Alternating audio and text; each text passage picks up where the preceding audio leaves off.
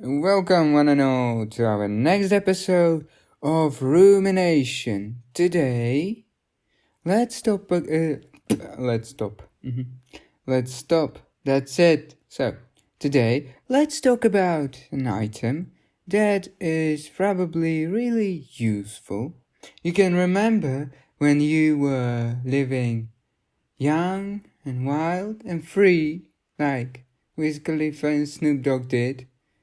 And you did something stupid, you needed it. And what's the one item you really needed when you did something really stupid? Well, Maybe first aid kit?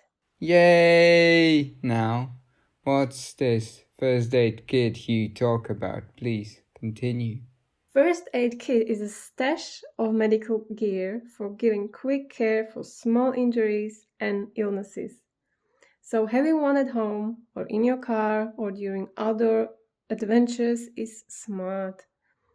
It helps manage issues until professional can step in. You can put it this way. And what's inside changes based on how you use it and what you know about medicine. But here is usual list for a basic kit.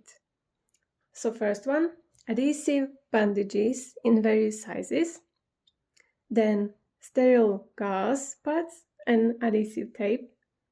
Antiseptic wipes or solution. Tweezers and scissors. Disposable gloves. Cotton balls and cotton swabs. Instant cold packs. Thermometer, pain relievers, antihistamines, a breathing barrier mask for CPR, alcohol pads or wipes, burn ointment or gel, eye wash or sterile saline solution, elastic bandage, first aid manual or instruction booklet, Medisol adhesive tape, insect bite relief ointment, calamine lotion, which is good if you have some skin irritation, dispensable instant hand warmers, a whistle, helpful for attracting attention, emergency contact numbers, and medical information. There are some other ones you might find useful. That can be sunscreen, insect repellent, hydrocortisone cream, which reduces swelling, itching, and redness, motion sickness medication, diapers, and wipes if you have young children, can be handy. If you or someone in your family have diabetes or other medical condition that require injection, you might find useful to also have needles and syringes. That's all great. That's all great. But you need to really remember, and you need to consider the size of your family and the activities you do. And for example, you need to count if you remember that you have children, you need to count with them also. Okay? Now, Yeah, you should. yes, probably. of course, when you have children and you still remember that you have children, you should. Now, you should also choose a first aid kit that is the right size for your needs. Also, make sure that your first aid kit is easy to find and access. And also, label the contents of your first aid kit so that you can easily find what you need. And the last point I'm trying to make now, update your first aid kit regularly. Okay, so now a few do's and don'ts about first aid kits that probably should be done or we should keep in check. So regularly check and replenish. Yes, that's really a do. Now, customize for your needs. Yes, we all understand why this should be. Now, include personal mechanism. Yeah. Include personal medication. Yes, that's with the second point I was trying to make. Now, include emergency contact information. Yes, because, well, and also update personal other contact information because you don't want to call your dead grandma that you're coming to heaven also, and she will try to wait for you and you will never come because you will end up in hell for this. Okay? Now, educate yourself. Keep it accessible. Consider a travel version. And now, some don'ts that we should not do. For example, rely solely on the kit. Then, let it become outdated. Yes, we mentioned this one also. Don't overcomplicate or assume knowledge. It's just having a first aid kit isn't enough. Make sure you and others in your household know how to use that stuff that is in the first aid kit, okay? At least a bit. And don't use expired medication. I mean, if you're not aiming for this, you should not do this. If you don't want to go on a trip, don't do this. Okay?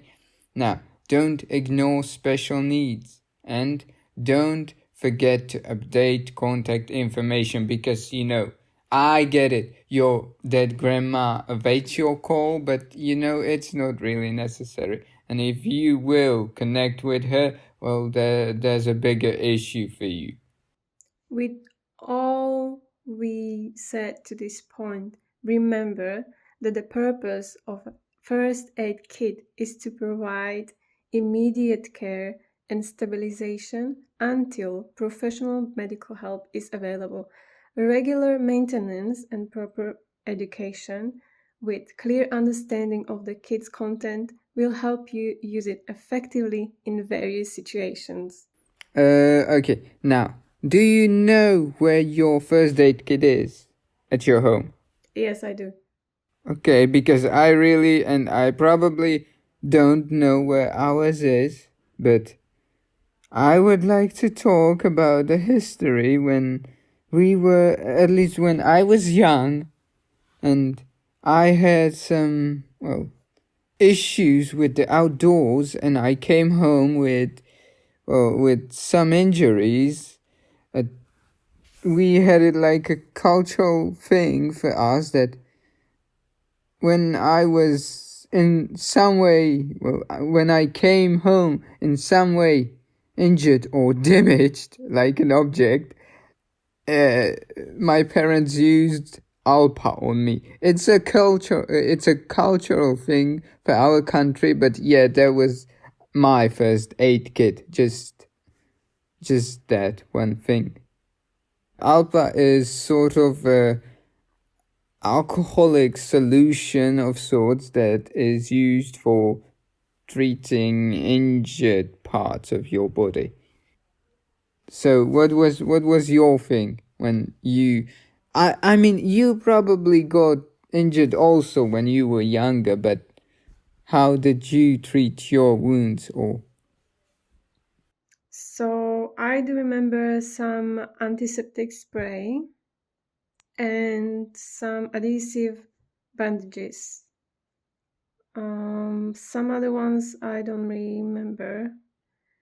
But of course, like tweezers and stuff, but that was not something which was used on daily basis, if that makes sense to you.